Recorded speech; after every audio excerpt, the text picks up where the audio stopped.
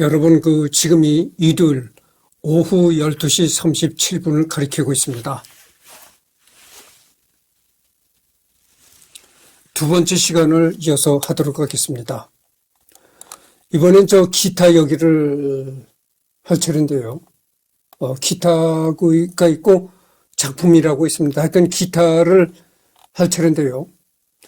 왼쪽 유체 초상화는 이른바 챈더스 초상화로 제1, 2절판에 실린 오른쪽 초상화의 원형이라고 한다. 이게 셰익스피어 초상화의 원본이라는 것이죠. 그렇습니다. 셰익스피어의 사망 7년 후 친구이자 오랜 동료였던 존 해밍과 헨리 콘텔이 희곡 18편으로 모아 출간한 근본집, 그 이전에도 여러 판본이 나왔지만 이 판은 여러 판을 비교하여 정리한 정판이라고 보면 된다. 왼쪽 유체 초상화는 이른바 챈더스 초상화로 제일 이전판에 실린 오른쪽 초상화의 원형이라고 한다. 보시오. 부디 여기 덮인 흙을 파헤치지 마시오. 이 돌을 건드리지 않는 사람에게는 축복이, 그리고 이 뼈를 옮기는 자에게는 저주가 있을진저. 셰익스피어 무덤 묘비명이 이렇게 적혀 있다고 합니다. 이 셰익스피어 묘비에 누가 이 묘비에 글을 썼는지는 확실하지 않다는 겁니다. 모른다는 얘기죠. 근데 하여튼 셰익스피어 무덤 묘비에 이런 글이 적혀 있다는 것이요. 보시오. 부디 여기 덮인 흙을 파헤치지 마시오. 이 돌을 건드리지 않는 사람에게는 축복이, 그리고 이 뼈를 옮기는 자에게는 저주가 있을진저. 그러니까 이 셰익스피어가 처음에 조성됐던 이 무덤을 훼손해서 파헤쳐가지고 어디 다른 곳으로 이장을 한다든가 이런 생각을 하지 말라, 이런 얘기예요. 20세기 최고의 문학 비평가 헤럴드 볼룸은 최고의 작품으로 돈키호테를, 최고의 작가로는 윌리엄 셰익스피어를 꼽았다. 한국의 경우 섹사비아로 음력한 이름도 있었으며 해방 후에는 이 이름으로 불린 적이 있었다. 서양권 전체에서 제일 많이 상연되는 그의 작품은 리처드 3세라고 한다. 리처드 3세는 잉글랜드 왕국 요크 왕조의 마지막 국왕 리처드 3세의 전기를 다루는데, 리처드 3세의 형제에 대한 질투, 권력을 향한 질투와 그의 몰락에 대해 이야기한다. 셰익스피어가 살던 시대는 신중심의 중세적인 세계관에서 인간이 자유롭게 날개를 펼칠 수 있는 르네상스적인 세계관으로 바뀐 시대였다고 할 수 있다. 셰익스피어의 작품들 또한 르네상스적 세계관과 영향을 주고받았다고 분석하는 이들이 일부 존재한다. 현재 영국에서 웬만큼 거장 취급을 받는 배우들, 스크린 무대를 막론하고 상당수 셰익스피어 연구로 역사가 시작된 왕립 셰익스피어 극단 출신이다. 예를 들면 이언 맥킬런 경이 있으며 캐나다인 크리스토퍼 플러머 역시 셰익스피어 공연 전문 배우였다. 현 시대의 연기 신이라 불리는 알파치노가 특히 셰익스피어 덕후다, 베니스의 상인 등 여러 영화를 비롯 브로드웨이와 미국 대도시에서 연극을 올린 것도 여러 번이고, 심지어 1994년에는 리처드 3세를 만드는 다큐멘터리 뉴욕 광시곡까지 감독 출연했을 정도다. 2012년 현재 리어 왕까지 찍고 있다니 할 말 다 했다. 피치노 이외에 오슨 웰스도 한 덕후 심하기로 유명하다.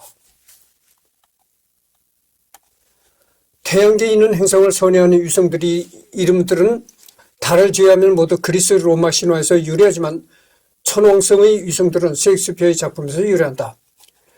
셰익스피어의 연극 대본에서 따온 프로그래밍 언어가 있다. 자세한 것은 셰익스피어 프로그래밍 언어 참조.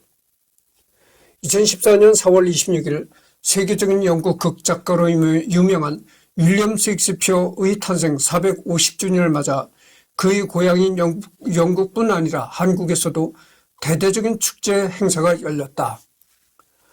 셰익스피어의 고향인 영국 스트래퍼드 어폰 이번에서는 음악, 거리 공연, 스토리텔링, 연기, 춤 등 다양한 연극의 즐길거리를 제공했다. 특히 셰익스피어 생애를 따라 여행하는 테마로 셰익스피어의 탄생을 기념하기 위해 방문한 관광객들은 그의 출생지인 스트래퍼드 어폰의 입원에서부터 그의 무덤이 안착된 성 트리니티 교회까지 돌아볼 수 있었다.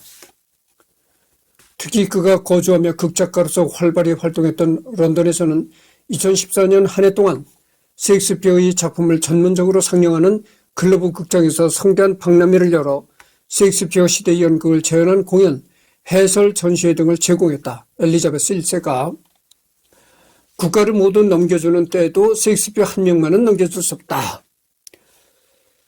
라고 남긴 유명한 말처럼 그에 대한 영국인들의 관심과 사랑을 보여주는 다양한 기념 행사들이 개최되었다. 이런 걸 보면은 셰익스피어는 세상을 떠난 지가 상당히 오랜 세월이 흘렀지만 그러나 아직도 영국에서는 이 셰익스피어가 주목받는 인물이다 이런 것이죠. 내가 여기 뭐라고 타이틀을 붙였습니까?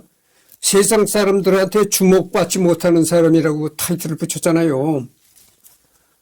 근데 이 이승열이는 세상 사람들한테 그렇게 주목을 받지 못하는 존재지만 셰익스피어는 영국에서 죽은 지 굉장히 오래됐지만 아직도 영국에서는 셰익스피어가 상당히 주목받는 인물이다 이런 얘기입니다. 이것이 뭐 영국뿐이겠어요? 한국에서도 그렇죠. 내가 전번에도 얘기했지만 한국에서도 영문학을 전공하는 학생들은 반드시 셰익스피어의 뭐 햄릿, 리어 왕 이런 대본들을 이 영문으로 공부하는 것입니다. 그 뭐 한국에서도 주목받는 사람이라는 것이죠. 특히 아시아에서 셰익스피어 작품 공연 빈도수가 가장 높은 나라인 한국에서는 한국 셰익스피어 학회 및 협회, 대학로 연극인들이 대규모 셰익스피어 문학 축전을 주재했다. 셰익스피어 원작을 동시대적으로 재해석하고 탄생 450주년을 기념하는 의미를 되새기고자 2014년 4월부터 7월까지 무려 4개월에 걸쳐 릴레이 연극을 펼쳤다. 셰익스피어와 관련해서 유명한 인물 가운데 토머스 바우들러라는 사람이 있다. 그는 1807년 더 패밀리 셰익스피어라고 해서 일반 가정을 위한 셰익스피어 판본을 찍어내는데 문제는 어린이들도 볼 수 있을 정도로 내용이 수정했던 것이다. 감탄사인 고디가 아니라 갓 헤븐스로 수정하고 있고 약과고 햄릿이 오필리오가 죽은 이유가 자살이 아니라 실족에 의한 익사로 고쳐버리는 등 과감한 수정도 주저하지 않았다. 문제는 이 판본이 본편 못지않게 널리 퍼졌다는 것인데 이 때문에 훗날 바우들러는 검열 삭제의 대명사가 되었고 그 이름을 딴 바우들러지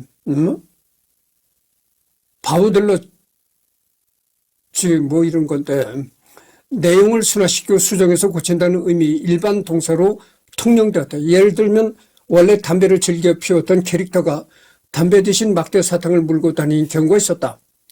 다만 이후에 밝혀진 바로는 바우들러 본인이 아니라 그의 여동생이 손을 댄 것이었다. 하지만 서원 동일한 데다가 바우들러가 수정한 책은 에드워드 기본이 로마 제국 세망사를 포함해서 하나둘이 아니었기 때문에 그냥 넘어가는 분위기였다.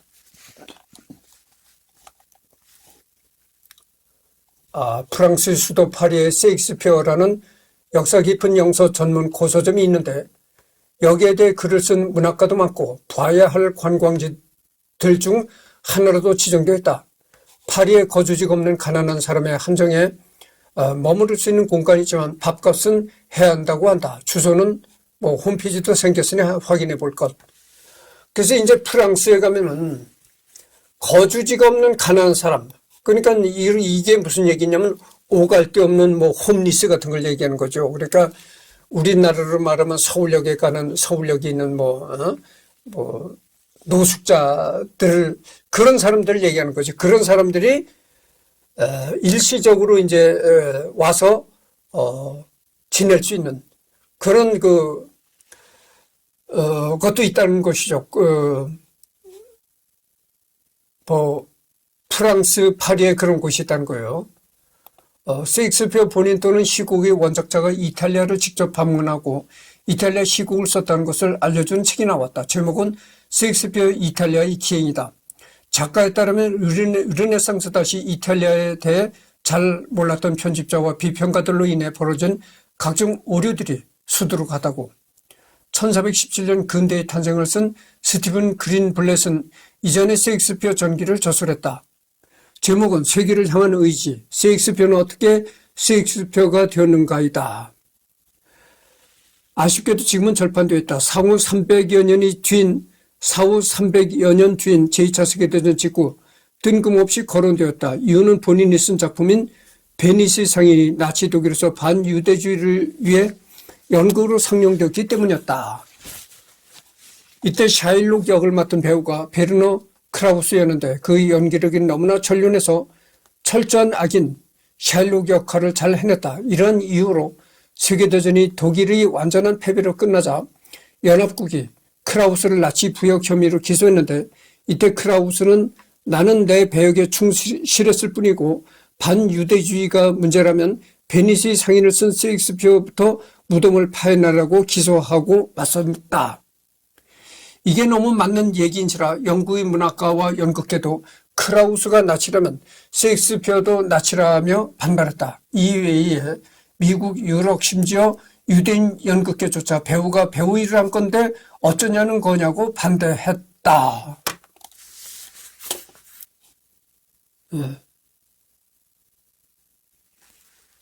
그러니까 이런 얘기죠.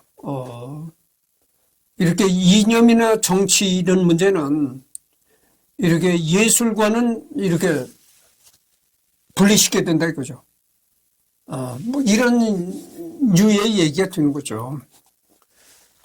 같은 연극에 나온 배우들은 그럼 셰익스피어 무덤 파서 기소하고 우리도 기소해보라며 시위까지 벌였다. 예를 들어서 한 그 영화 배우가 우리나라의 대한민국의 영화 배우가 영화에 출연했는데 김일성의 역을 아주 멋지게 잘했다. 그렇다고 그 배우를 구속할 수 있나요? 붙잡아다 구속할 수 있나요? 그건 어디까지나 영화에서 김일성이 배역을 맡아서 한 것뿐인데 그걸 가지고 그 영화 배우를 구속할 수 있는가 이 말입니다. 그런 식의 얘기인 거예요 이게. 그래서 영화에서 뭐 김일성이 배역을 잘 나타냈다고 해가지고 사상이 나쁜 놈이라고 붙잡아갈 수는 없는 겁니다. 그런 식의 얘기가 되는 거예요. 그럼에도 끝내 크라우스는 나치에 동조했다는 억지의 제목을 온전히 벗지는 못하여 약간의 벌금형을 선고받았고 이마저도 클라우스를 지지하는 사람들이 대신 내줬다. 같은 시기에 활동했던 버나드 쇼도 이 재판에 대해 악독한 정권을 향한 어리석은 복수심이 나온 천극이라고 비난하고 원작대로 제대로 연기한 것을 호평해야지 그걸 엉터리 복수심으로 얽매이는 것부터가 문제다. 그를 처벌한다면 정말로 셰익스피어 무덤도 파려고 그도 기소해야 하는 거다. 라며 크라우스를 옹호했다. 크라우스는 재판이 끝난 1948년 이후 한동안 배우 활동이 중단되었으나 1950년대 이후 다시 복귀하여 죽을 때까지 남은 평생 배우로 활동했다. 이에 전후 독일 연극계를 수호하는데 이바지한 공로를 인정받아 수차례 독일 정부로부터 상을 받기도 했으며 제대로 천수를 누리다가 세상을 떠났다. 출처는 1993년 4월 4일자 뉴욕타임즈 예술부문 기사이다. 최근의 연구 결과에 따르면 셰익스피어는 매점매석, 고리대금, 탈세를 저지른 사업가적인 면모도 있었다고 한다. 2024년 연구에 따르면 참가 실험자들이 인공지능이 쓴 시를 셰익스피어가 쓴 시보다 더욱 높게 평가해 논란이 됐다. 국내 기사. AI가 셰익스피어를 이겼다고? 이거 한번 재밌는 거 읽어보겠습니다. 재밌는 내용이네요. 요즘 한창 AI, 인공지능 얘기가 자꾸 뉴스에도 오르내리고 뭐 이렇게 논란이 대상이 되잖아요. 그래서 인공지능이 시를 만들었는데, 시를 창작했는데 그 인공지능이 창작한 시가 셰익스피어 시를 능가하더라. 뭐 이런 얘기입니다. 최근 미국 피츠버스대 브라이언 포터 박사팀이 문학 분야에서 인간과 인공지능을 비교하는 실험을 진행했습니다. 실험에는 대문호 윌리엄 셰익스피어 등 유명 시인 10명의 시와 이를 모방해 인공지능 챗GPT 3.5가 지어낸 시가 사용됐는데요. 시를 구별하는 첫 번째 실험에서 1634명의 참가자 중 시인의 작품을 구별해낸 이는 46.6%에 불과했습니다. 심지어 유명인이 쓴 시 중 5편은 시인이 썼을 가능성이 가장 낮다고 꼽혔죠. 두 번째 실험에서는 696명의 참가자를 세 그룹으로 나눠 사람이 쓴 시, 인공지능이 쓴 시, 출처 정보 없음 등 정보를 주고 시를 평가했습니다. 참가자들에게는 정보와 달리 무작위로 시가 제공됐는데요. 인공지능이 쓴 시라는 정보를 받은 그룹보다 유명인이 쓴 시라는 정보를 받은 그룹이 대부분 항목에서 더 높은 점수를 줬습니다. 참가자들은 아직 인간이 더 낫다고 생각한 것. 하지만 출처 정보가 없는 상태로 평가한 그룹에서는 AI가 쓴 시가 유명 시인의 작품보다 높은 점수를 받았습니다. 문학적 능력도 이미 인간의 수준에 도달한 인공지능. 다음은 또 인간의 어떤 능력을 넘어설지 두려워지네요. 그래서 이 AI가 문학적인 시를 창작하는 그런 분야에서도 AI가 인간보다 앞섰다. 이런 기사가 나왔던 것이죠. 세계 최고의 극작가 대명사격의 인물로 셰익스피어 이후에 그에 견줄 만한 극작가가 나올 경우에 항상 셰익스피어 이후 최고의 극작가라는 이름으로 불렸다. 이런 인물에는 헨리크 입슨, 안톤 체흐프, 이 안톤 체흐프도 또 상당히 유명한 작가입니다. 언제든지 한번 다뤄보겠죠. 오스카 와일드, 조지 버나드 쇼, 다 이렇게 아주 유명한 사람들입니다. 이 사람들도 언젠가 한번 다뤄볼 것입니다. 작품이 있고, 그다음에 시. 작품에는 이제 이 4대 비극 속 주인공들은 모두 성격적인 결함을 가지고 있고 그 결함으로 인해 비극이 전개된다. 로미오와 줄리엣이 4대 비극에 포함되지 않은 이유도 이 때문이다. 작품의 우측의 주인공들이 갖고 있는 결함의 종류를 함께 기록했다. 햄릿, 우유부단, 리어 왕, 교만, 오셀로는 질투, 맥베스는 야망.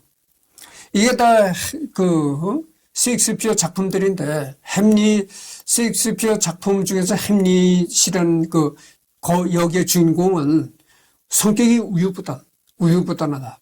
그 다음에 리어 왕은 교만하고 오셀로는 질투, 맥베스는 야망, 이런 얘기가 나옵니다.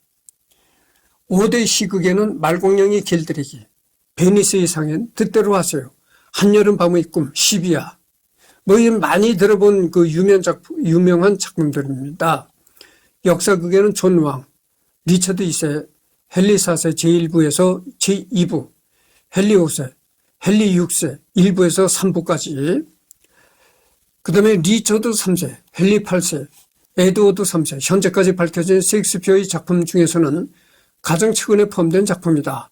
셰익스피어가 젊은 시절 참여한 작품으로 전부가 아니라 약 40%가량을 맡아 집필했다.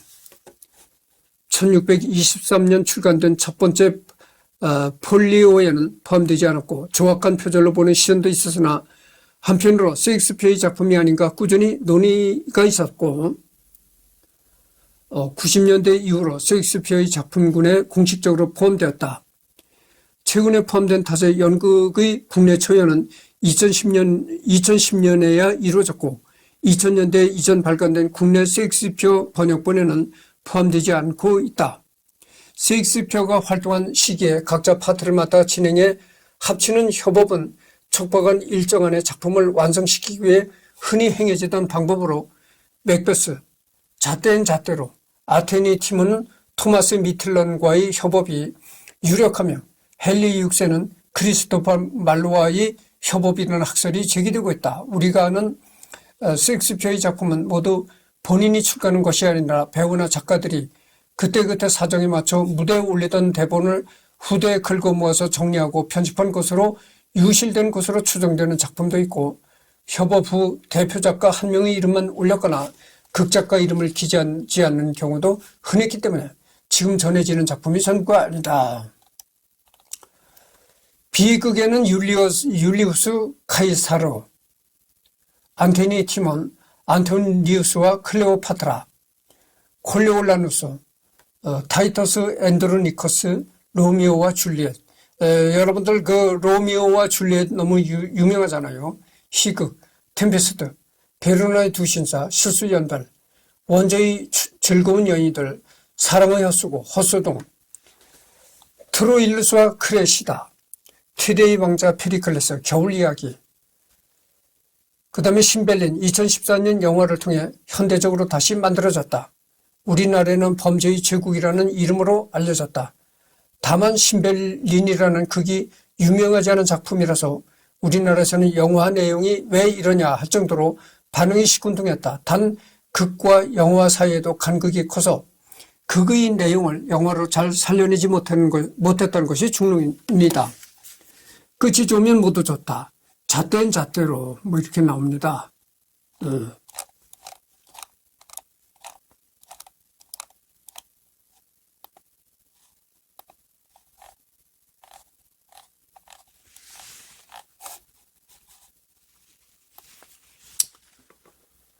그래서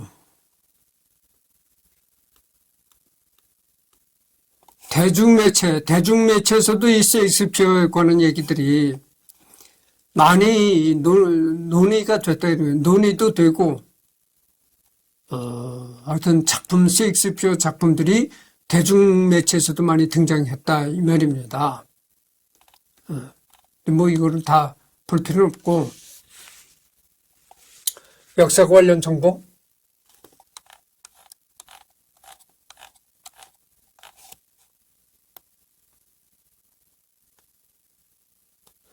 하여튼 뭐 넘어가도록 하겠습니다. 그래서 나무위키의 리딩은 다 끝났는데요. 위키백과를 한번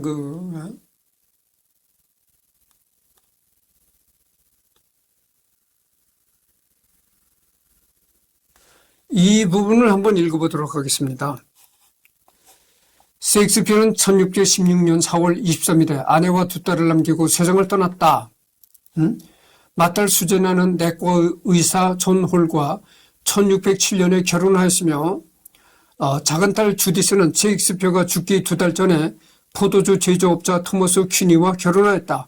수제나는 셰익스피어의 부동산을 물려받았는데 유언장에 따르면 그녀는 그 재산을 온전히 보존하여 그녀의 몸에서 낳은 첫 아들에게 상속해야 했다.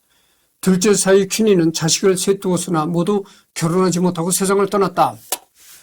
홀의 애동딸인 엘리자베스도 2차례 결혼하지만 1670년에 자녀를 남기지 못한 채로 세상을 떠나면서 셰익스피어의 직계는 대가 끊기게 되었다. 셰익스피어는 유언에서 당시 법에 따라 재산의 3분의 1을 상속받을 권리가 있었을 아내 앤에 대해서는 거의 언급하지 않았다. 그는 다만 한마디를 남겼는데 그것은 자신이 그녀에게 나이 2번째 좋은 침대를 물려준다는 것이었다. 이 셰익스피어가 언급한 침대가 무엇인지에 대해서는 여러 추측이 난립하였다. 일부 학자는 그 침대가 실제 물건이 아니라 앤에게 모욕을 주려고 한 말이라고 보는 반면에 다른 학자들은 진짜 그런 침대가 있었고 의미 있는 유산이었으라고 믿는다. 여기 나오는데 보니까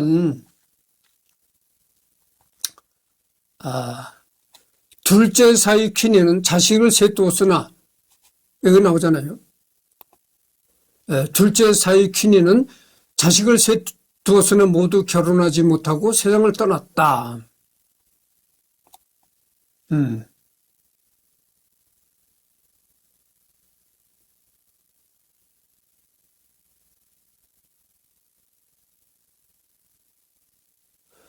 이 셰익스피어의 둘째 딸 수제나의 둘째 사위가 자식을 셋 두었으나 모두 결혼하지 못하고 세상을 떠났다는 거죠. 내가 전번 시간에 우리나라 대중음악에 대해서 얘기를 했잖아요. 사랑은 아무나 하나. 이게 어떻게 보면 말이죠. 이게 간단히 이렇게 흘려보낼 말이기도 하지만 이 말이 굉장히 어떻게 보면 중요한 얘기도 되는 겁니다. 아무나 한 것이 아니에요. 사랑이 진짜 아무나 합니까? 그게 아니에요. 이 사랑을 하려면은 우선 그 남자가 여자들한테 사랑을 받으려면은 이렇게 뭐 우리가 논리적으로 설명할 수 없는 부분이 많아요. 여자한테 이 남자가 하나의 남자가 여자들한테 이 점수를 따려면 말이죠. 이 논리적으로 설명할 수 없는 그런 일이 많은 거예요. 뭐 남자가 그렇게 재산을 많이 가지고 있는 사람도 아니고 경제적인 능력도 별로 시원치 않은 사람이 있고 키가 180 이상 훤칠한 사람도 아니고 인물이 좀 출중한 사람도 아니고 그러니까 경제적인 능력이 있는 사람도 아니고 키가 180이 훤칠한 이상 되는 이런 미남형 사람도 아닌데 그런데도 여자한테 점수를 많이 따서 결혼한 사람이 있고 이렇게 세상이 그렇다는 얘기죠. 우리 인간 세상은 합리적이지 못하다. 이 불합리한 일들이 많이 있습니다. 그래서 여러분들 사랑은 아무나 하는 것이 진짜 아닙니다. 그 유행가 가사가 진짜 그게 틀림없는 말이에요. 사랑은 진짜 아무나 사랑을 하는 것이 아니죠. 남자로 태어났다고 해서 아무나 여자하고 사랑을 나눈 것이 절대 아니에요. 여자도 그렇잖아요. 여자도 여자로 태어났다고 해가지고 아무나 남자한테 사랑을 받는 것이 아닙니다. 그러니까 이런 사랑을 받는다는 문제는 정말 이것은 어떤 논리적으로는 설명할 수 없는 그런 게 있습니다. 그래서 불교에서는 인연이 닿아야 된다 이런 말로도 표현하잖아요. 근데 그 인연이라는 것이 그래요. 그 인연이라는 것이 어떤 논리로 설명할 수 있는 그런 부분이 아니라는 거죠. 그래서 여기 보면 그러니까 셰익스피어의 작은 딸, 둘째 딸 주디스가 또 그 자손들을 낳는데 그 둘째 사이 퀸이는 자식을 셋 뒀으나 모두 결혼하지 못했다 이런 얘기죠. 그러니까 사랑을 받지 못해서 인연을 만나지 못해서 전부 결혼하지 못했다 이런 얘기죠. 그래서 여기 보면은 이게 이 셰익스피어 무덤이 이렇게 시멘트로 덮였는데 대부분 서양에서도 이렇게 무덤을 시멘트로 덮은 경우가 적단 말이죠. 특히 서양에서도 이렇게 그 땅에다 묻고, 우리나라 이렇게 봉건을 만들지만, 하다못해 이 나무 십자가라도 딱 세우고 그러는데, 이 서양에도 내가 알고 있기를 이렇게 무덤을 시멘트로 완전히 덮는 그런 일은 드물다고 봅니다. 하여튼 근데 이 셰익스피어 무덤이 이렇게 시멘트로 덮였다. 시멘트로 무덤을 덮었다고 하니까 우리 또 누굴 생각할 수 있냐면은 노무현 대통령, 봉하마을의 노무현 대통령 묘소가 이렇게 돼 있다는 거예요. 시멘트를 덮였다는 거죠. 그리고 거기에 이제 나는 직접 거기를 가보지는 않았는데 그 시멘트를 덮고 거기에 이제 바위인직을 하나 올려놨다고 합니다. 근데 이런 경우가 드물어요. 서양에서도 이런 경우가 드물다 이런 얘기죠. 이 묘지를 시멘트로 덮어버리는 경우는 드물다 이런 얘기입니다. 그래서 셰익스피어에 관한 얘기는 다 끝났습니다. 그래서 거듭되는 얘기지만 셰익스피어는 죽은 지가 상당한 시일이 이 1616년에 사망했으니까 얼마나 오랜 세월이 흘렀나요. 지금이 2025년이잖아요. 그런데 1616년에 세상을 떠났으니까 이 셰익스피어는 너무나 세상을 떠난 지 오래된 사람입니다. 한 400~500년 경과한 사람인데 그렇게 오랜 세월이 흘렀어도 현재까지 서울 해화동에 가면은 소극장이 많은데 그 소극장에서 햄릿, 리어왕 이런 셰익스피어 작품들을 연극 공연을 하고 또 각 대학 영문학과에서는 이 셰익스피어 작품에 관한 영문학을 공부하고 있다. 아직도 셰익스피어는 그렇게 살아있는 존재로 주목받고 있다 이런 얘기를 하고 완전히 이 셰익스피어를 끝냅니다. 세 번째 녹화를 어제는 내가 녹화를 전혀 못했잖아요. 그래서 어제 녹화를 전혀 못한 그걸 보상하는 심리에서 세 번째 녹화를 하려고 합니다. 지금이 1시 7분이니까 또 아직도 시간이 많죠. 오후 늦게 또 한번 녹화를 하겠는데 미리 얘기는 안 하겠습니다. 미리 얘기는 안 하고 또 다른 사람을 선정해서 하도록 하겠습니다.